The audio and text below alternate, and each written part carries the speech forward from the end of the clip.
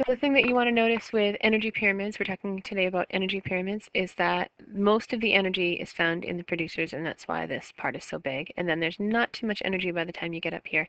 So producers would be called the first tropic level.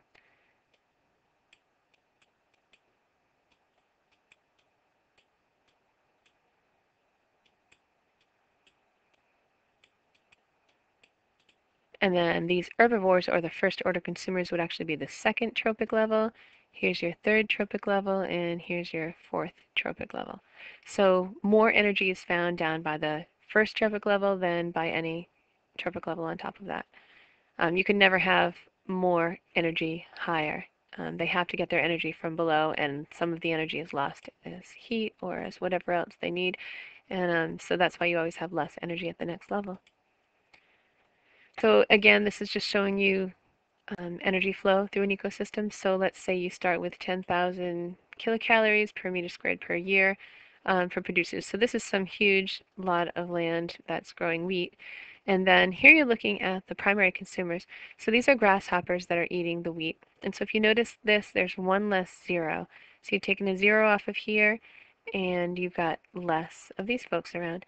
And then if you look at the energy available to the next level up, you've taken this number, gotten rid of a zero, and there you have 100 kilocalories per meter squared per year. So for this lot of land that's growing this wheat, for every 10,000 kilocalories, you only get 100 kilocalories of mice. So you don't have as many mice as you do, or you don't have as much energy in the mouse level as you do in the wheat level. And then for snakes, that would be your next level up. And again, you're crossing out, whoops, you're crossing out one zero to get your 10 kilocalories per meter squared per year. And then if you had another level on top of that, like a hawk or something, it would only get one. And so you're going to get not only fewer organisms at each level, but you have less energy at each level.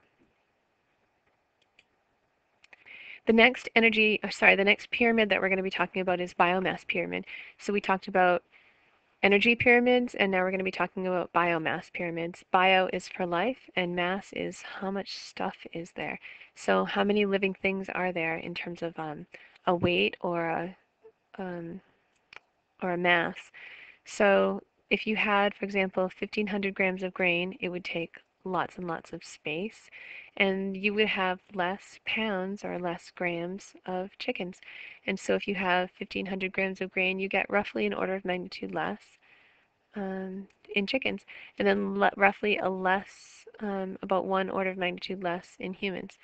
So the biomass is the mass. For my purposes, you can just call it the weight of the organisms at that level. So you have a lot more weight of grain than you do of chickens. Here's a really interesting, I don't know what I want to call it. Here's a really interesting point that that's important for our world. So you can feed more people with plants grown in a certain area than you can with the animals that eat the plants. So let's say you have a certain amount of corn that's growing, and you have two different places where this corn is growing, and you have the same amount of corn growing in each place. You can feed more people that corn than you can feed people who eat cows who ate the corn. So if you harvest that corn and you feed it to cows, the cows are going to take some of that energy and just use it for walking around and saying moo. And about 90% of the energy, in fact, is going to go away. So you have way fewer people that you can support on animals. You can support way more people on plants, about 90% more, in fact. So in other words, we would have a smaller carbon imprint by eating vegetables, by eating um, vegetation than we would by eating animals. So it's better for the environment to eat more of a plant-based diet.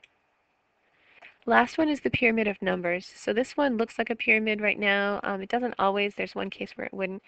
But here's a pyramid of numbers. In general, you have more producers than you do primary consumers, more primary consumers than you do secondary consumers, and more secondary consumers than you do tertiary consumers. So there are usually more producers than herbivores and more herbivores than carnivores. Doesn't always look like this. So for example, let's say you have an oak tree. That oak tree that's just one tree, but it's really, really big.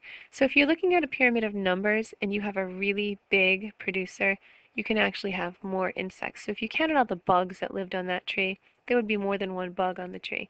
So that's all this is showing you. And then here are the number of woodpeckers that can live off of the bugs in that tree. So in some cases, the pyramid of numbers does not look like a pyramid if the producer, like the tree, is really big.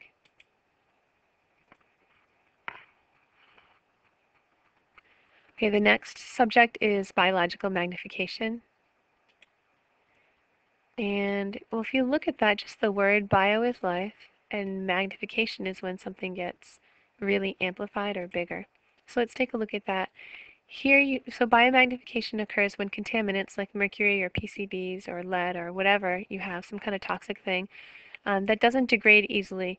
So biomagnification occurs when contaminants that don't degrade easily increase with each link of the food chain.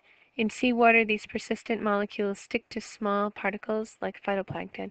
So you have some phytoplankton here, and they have a certain amount of mercury stuck to them. If you ate this phytoplankton, it really would be so little mercury that it wouldn't be a big deal. But here's the problem. The fish eat the phytoplankton. And so let's say they can't excrete the mercury. They're going to eat way more than their weight in phytoplankton over their lifetimes. And if they're not excreting that, then, like, you excrete CO2, for example, you just breathe it out. But if they're not excreting the mercury, then it's going to build up over time.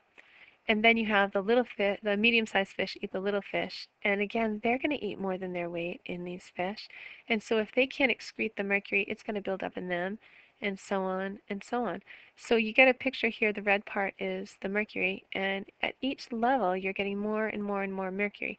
So that finally, by the time you get to this high-level consumer, it's loaded with mercury. So eating something like tuna fish or swordfish or shark or dolphin, I don't know if you'd eat dolphin, but anyway, these um, animals are going to have much, much more mercury in them than these little tiny fish. So small fish eat the phytoplankton, but the contaminants can't be broken down and they are absorbed intact by the fish. And so here those fish are with more contaminants in their lifetime than just the phytoplankton alone. And then when the small fish are eaten by larger predators, the process repeats again and again up the food chain. Each subsequent predator receives a higher dose than the previous one. So the red again is supposed to be showing you all the mercury that you're getting. Animals at the top of the food chain, such as dolphins, receive the most concentrated dose of these contaminants with every meal. So here's just another picture of that. Here's actually some mussels, and they do filter feeding, and so they actually end up getting quite a bit of mercury in them, but not as much as the fish that eats them or the fish that eats the fish that eats them. And then when you catch that and eat it, you're getting all the mercury that was magnified.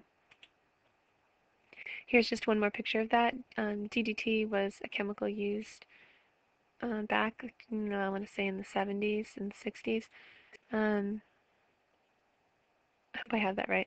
Anyway, the thing is, they didn't know it, but this was a chemical that made the shells of birds very, very thin. And so it took a while to kind of figure out what was happening, but the DDT in the water was 0.0000003 parts per million, so not a whole lot. But then it was taken up by by the phytoplankton and the zooplankton, and you can see each step of the way you're getting a zero missing along here. So then you have the larger fish, the fish-eating birds. So by the time it got into these fish-eating birds, it was really having a big effect on their ability to reproduce because they could make the eggs, but then the eggs were so thin that they would just break and then they wouldn't have new babies. Okay, I think I'm going to stop there because it's probably time.